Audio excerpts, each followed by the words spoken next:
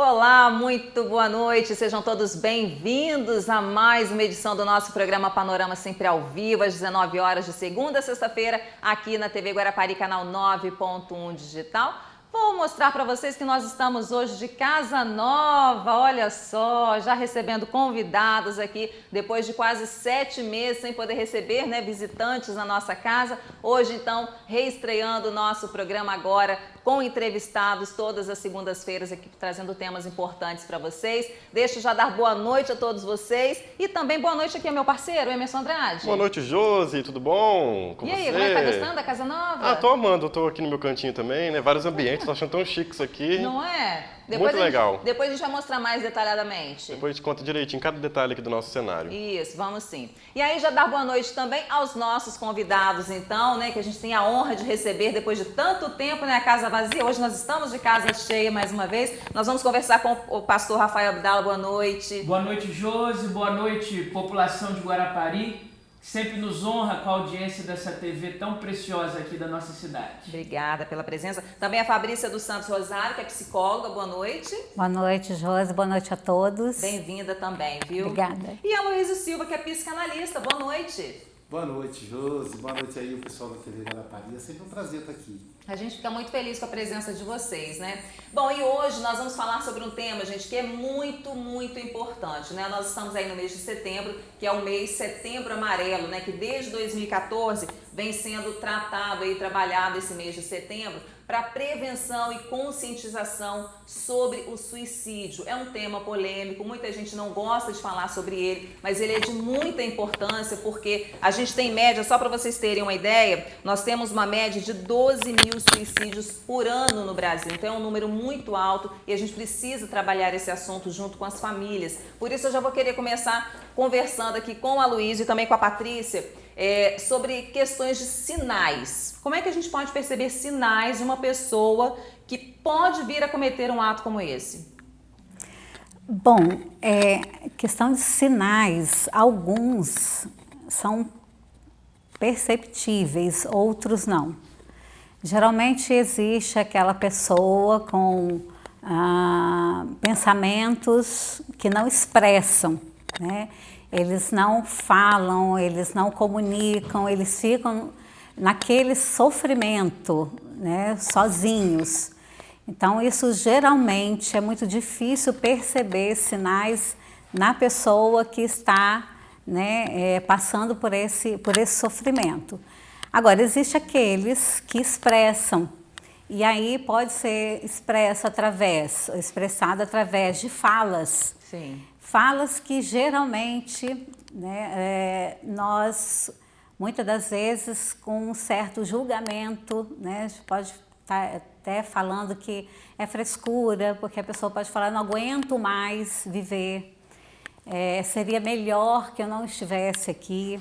E muitas vezes a gente nem dá importância ao que a pessoa está falando, Exatamente, por isso que precisa estar sensíveis a essas falas que não é frescura, que realmente expressa um sentimento ou sofrimento da pessoa que está passando por alguma questão problemática. Agora, não é qualquer pessoa que fala, Luísa, por exemplo, não aguento mais, não quero mais isso para mim. Não é todo caso que pode ser um sinal de suicídio, O suicídio, de acordo com estudos do professor Durkheim, que foi o maior pesquisador de suicídio na história da humanidade, ele vai classificar em 3, o anômico, o altruísta e o egoísta. Então, isso tem um pouco a ver com a nossa realidade hoje. O anômico é aquela pessoa que tem dificuldade de se adaptar às normas sociais. Com essa questão da pandemia, por exemplo, houve uma dificuldade de se adaptar, da nossa adaptação às mudanças. Então, a pessoa que tem tendência, ela pode, com isso, acelerar o processo. Então, é o anômico. Geralmente, é uma pessoa subversiva. O altruísta é aquele que suicida em nome de um bem comum. A gente sabe pessoas que lideram grupos para tentar o suicídio. Vou dar um exemplo grosseiro para a gente. Os homens bombas. Então, eles se matam em nome de uma causa maior que eles acreditam. E o egoísta, diferente do que a gente imagina, o egoísta tem mais a ver com a psique humana. O egoísta é aquele que está com conflitos internos no ego. E não porque ele só pensa nele, mas é porque está com conflito interno no ego. Esse grupo, ele é mais fácil da gente identificar, porque ele tem um processo, por exemplo, de isolamento social, de pessimismo com a vida.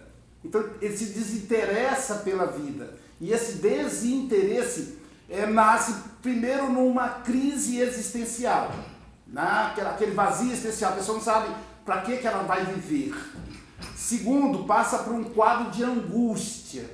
E em seguida, ele passa para a fase o que a gente chama de... os médicos chamam de depressão e nós chamamos de melancolia. No quadro melancólico, normalmente há um isolamento social. Então veja, primeiro as frases pessimistas. A vida não tem jeito, o Brasil está difícil demais, o mundo está só piorando.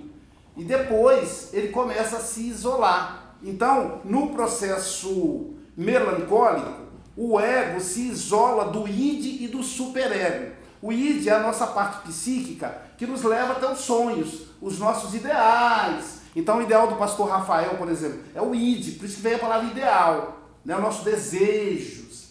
E o superego são as regras sociais que nos mantêm na linha social. Então, os meus compromissos, que eu tenho que pagar, o que eu tenho que fazer, eu tenho que trabalhar, ele se afasta disso. E o ego, ele é um árbitro, ele ora escolhe o desejo, ele ora escolhe as normas sociais, que é o superego. Ele se afasta e fica sozinho. Cria um isolamento mesmo, né? E ele biparte, que é o único caso que isso acontece, ele biparte. Então fica uma parte dele acusa, a outra parte acolhe a acusação. Então diz assim, Aloísio, por exemplo, às vezes por uma perda, por um desemprego. O meu pai, por exemplo, faleceu no dia 3 de julho, vítima da Covid-19. Então, se eu entrar num quadro melancólico, uma parte vai ser assim, Aloísio, você não era bom filho. Se isso fosse o superego, o id ia questionar. Mas como é o ego, você não é bom filho, a outra parte diz, é verdade, eu não valho nada. Aí, de novo, a parte que acusa diz, está vendo? Você devia se matar. Eu acho que eu vou me matar. Então, cria um isolamento e um consumo energético interno que vai causando uma dor. E o suicídio, na verdade, é a tentativa de se livrar da dor. A pessoa não quer se matar, ela quer sair daquele processo doloroso interno. Agora, pastor, como é que a religião, a igreja lida com esse tipo de causa, né, de suicídio, esse tema? Ok, Josi e Emerson, essa pergunta é muito importante porque ela nos dá a oportunidade de esclarecer para o telespectador aqui do programa Panorama uma correção histórica acerca do papel da religião e do suicídio. Historicamente, a religião prestou, e eu não me refiro a uma religião específica, eu incluo, por exemplo, a minha e todas as outras, durante muitos anos a religião prestou um desserviço à causa do combate ao suicídio. Porque durante muitos anos isso foi entendido como um problema estritamente espiritual. Com isso, eu não estou dizendo que não seja espiritual, eu estou dizendo que não é apenas espiritual. E criou-se uma tarja sobre o depressivo, sobre o suicida, criou-se a tarja do endemoniamento.